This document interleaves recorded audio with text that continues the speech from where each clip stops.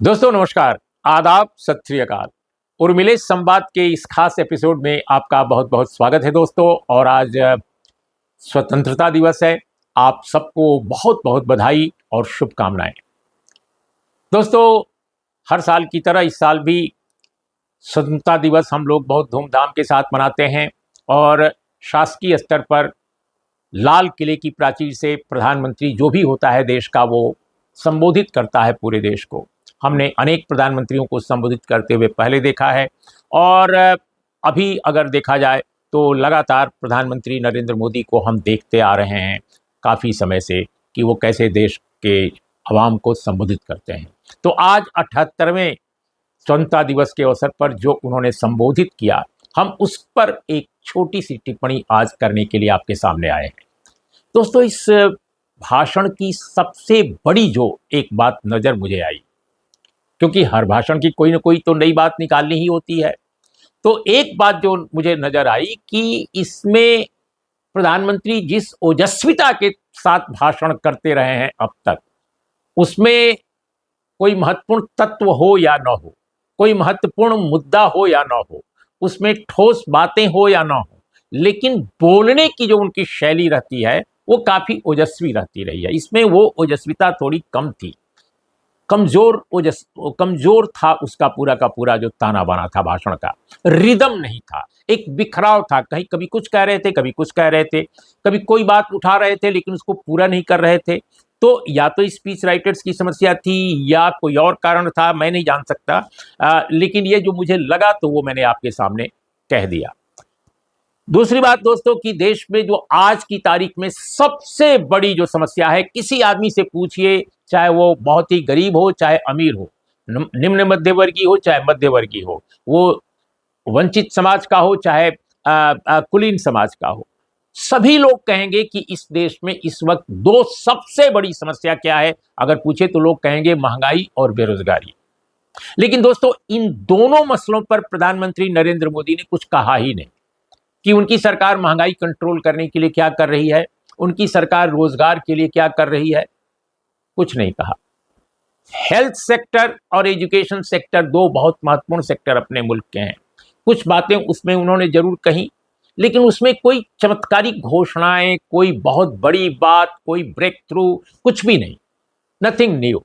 तो इस भाषण की सबसे बड़ी विशेषता है कि इस बार जो उन्होंने भाषण दिया उसमें कुछ भी नया नहीं है। सारी पुरानी बातें हैं उनको दोहराया है और कुछ नए वाक्य जरूर इस्तेमाल किए गए हैं जिनका कोई बहुत अर्थ नहीं नजर आता। अब जैसे उदाहरण के तौर पे उन्होंने जो बातें कही हैं उनको मैं सीधे पहले आपके सामने पेश करना चाहता हूं। एक तो उन्होंने कहा कि जातिवाद और परिवारवाद भारत के लोकतंत्र का बहुत नुकसान कर रहे हैं। इससे मुक्ति दिलानी होगी मुल्क को, समाज को, देश को।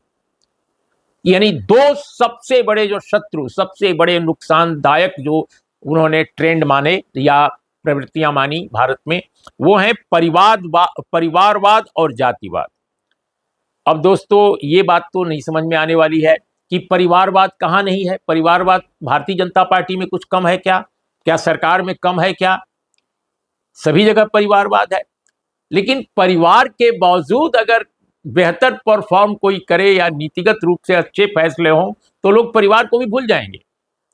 लेकिन परिवारवाद और जातिवाद दो को सबसे बड़ा नुकसान करने वाला देश को उन्होंने गिना दिया। लेकिन संप्रदायवाद को छोड़ दिया, कारपोरेटवाद को छोड़ दिया।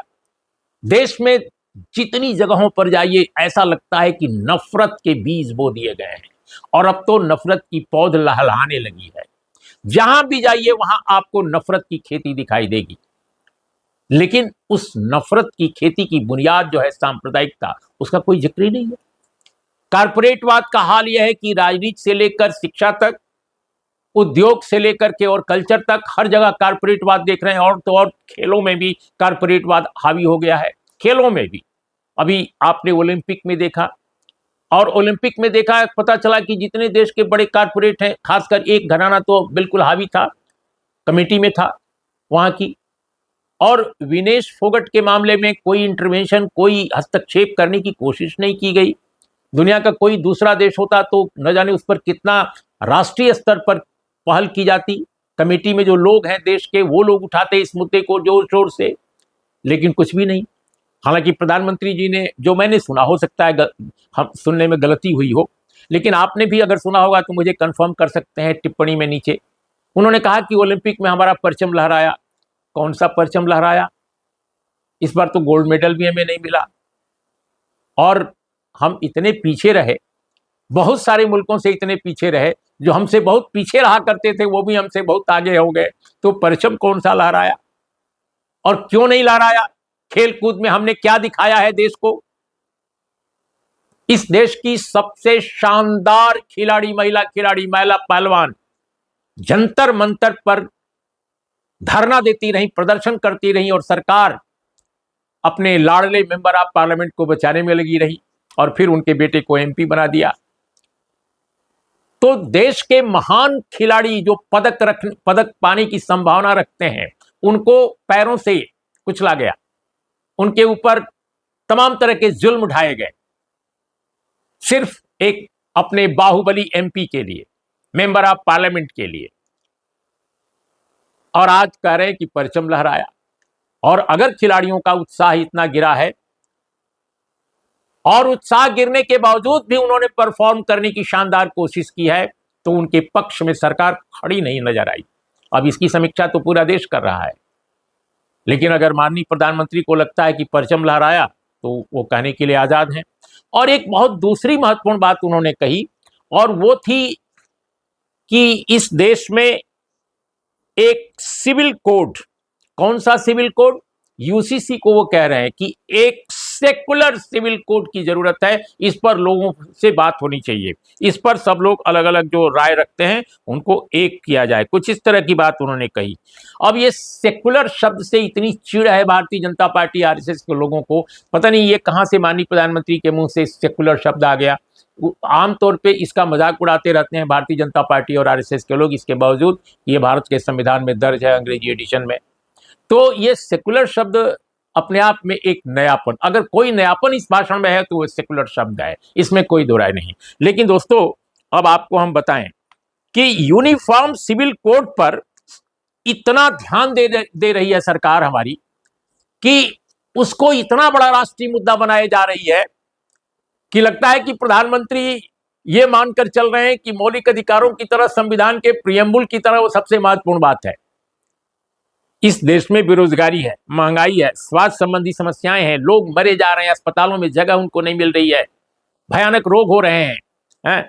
शिक्षा का हाल ये है कि सरकारी स्कूल बंद हो रहे हैं, प्राइवेटाइजेशन स्कूलों का किया जा रहा है, गांव के गरीब स्कूलों के गरीब परिवारों के बच्चे पढ़ नहीं पा रहे हैं, पढ़ाई वंचित समाज, पिछड़े समाजों से दूर भाग रही है।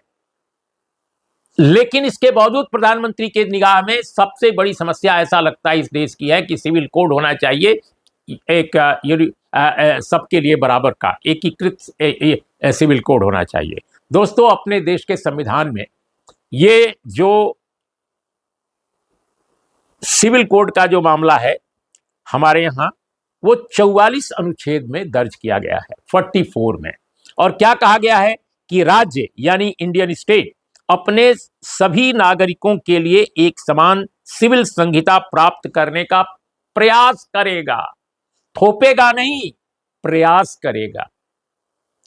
दोस्तों, विविधता भरे इस देश में अचानक आप किसी पर थोप देंगे, जैसा कुछ सरकारें कर रही हैं, तो यह संविधान के खिलाफ होगा। संविधान कहता है कि सिविल संहिता प्राप्त करने का प्रयास करेगा। यह मेरी भाषा नहीं है, संविधान की भाषा है। और दूसरी बात कि ये सिविल जो ये संहिता है, ये जो है, ये डायरेक्टिव प्रिंसिपल में दर्ज की गई है आर्टिकल 44 में। ये मौलिक अधिकारों का कॉलम नहीं है, वो प्रावधान अनुच्छेद नहीं है, यानी फंडामेंटल राइट नहीं है, और न तो ये प्रियम्बल का पार्ट है। ये डायरेक्टिव प्रिंसिपल है, जिसको नीति निर्देशक सिद्धांत या नीति निर्देशक तत्व बोलते हैं। लेकिन इस पर प्रधानमंत्री जी और उनकी पार्टी और उनकी सरकार की सर्वोच्च प्राथमिकता है, मानो अगर ये लागू हो गया तो भारत से महंगाई उड़ जाएगी, भारत से गरीबी में उड़ जाएगी, भारत शिक्षा में और स्वास्थ्य में बहुत जोरदार, शक्तिशाली, गौरवशाली देश बन जाएगा, हम महाशक्ति बनने की ओर अग्रसर हो जाएंगे, ऐसा लग रहा है। लेकिन दोस्तों, हम आपको बता दें कि ये बिल्कुल सजेस्टिव मामला है, यानी एक सुझाव है। ये सुझाव दिया गया है कि ऐसा होना चाहिए, हो सकता है अगर लोग सहमत हों, इसका ये मतलब कहा गया है। अब आप देखिए क्या क्या और कहा गया है डायरेक्टिव प्रिंसिपल में। लेकिन माननीय प्रधानमंत्री जी की नजर, उनकी पार्टी की नजर, उनकी सरकार की नजर केवल आती है यूसीसी पर। लेकिन और क्या क्या चीजें उसमें कही गई हैं दोस्तों। जस्ट 44 से पहले, जहां पर यूसीसी का मामला है, समान नागरिक संहिता से पहले का जो एक आर्टिकल है संविधान में, अनुच्छेद है, उसमें कहा गया है कि भारत स्टेट यानी इंडियन स्टेट सभी उपक्रमों, उद्योगों के प्रबंधन में कर्मकारों की हिस्सेदारी सुनिश्चित करने के लिए उपयुक्त विधान या किसी अन्य रीति से कदम उठाएगा। यानी प्राइवेट सेक्टर से लेकर पब्लिक सेक्टर के लिए सब में, कारखानों के प्रबंधन में मजदूरों की हिस्सेदारी, काम करने वालों की हिस्सेदारी सुनिश्चित की जाएगी। ये भी कहा है। क्या इस पर प्रधानमंत्री जी और उनकी सरकार ने कोई कदम उठाया? और बिल्कुल दोस्तों, आखिर में एक और बात मैं बता देता हूं कि इसी डायरेक्टिव प्रिंसिपल का आर्टिकल 39 क्या कहता है, जिस पर प्रधानमंत्री जी, उनकी सरकार, उनकी पार्टी ने कभी बताया ही नहीं देश को। और वो क्या कहता है?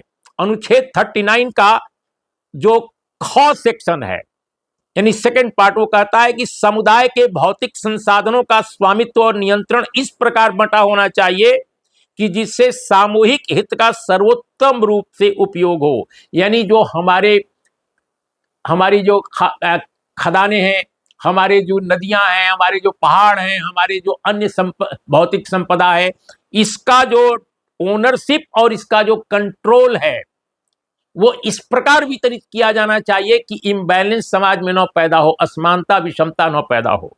और गौ क्या कहता है? अगला अनुच्छेद कहता है कि आर्थिक व्यवस्था इस प्रकार चले जिससे कि धन और उत्पादन साधनों का सर्वसाधारण के लिए अहितकारी संकेंद्रण न हो। थोड़ी कठिन भाषा है हमारे संविधान की, अनुवाद की।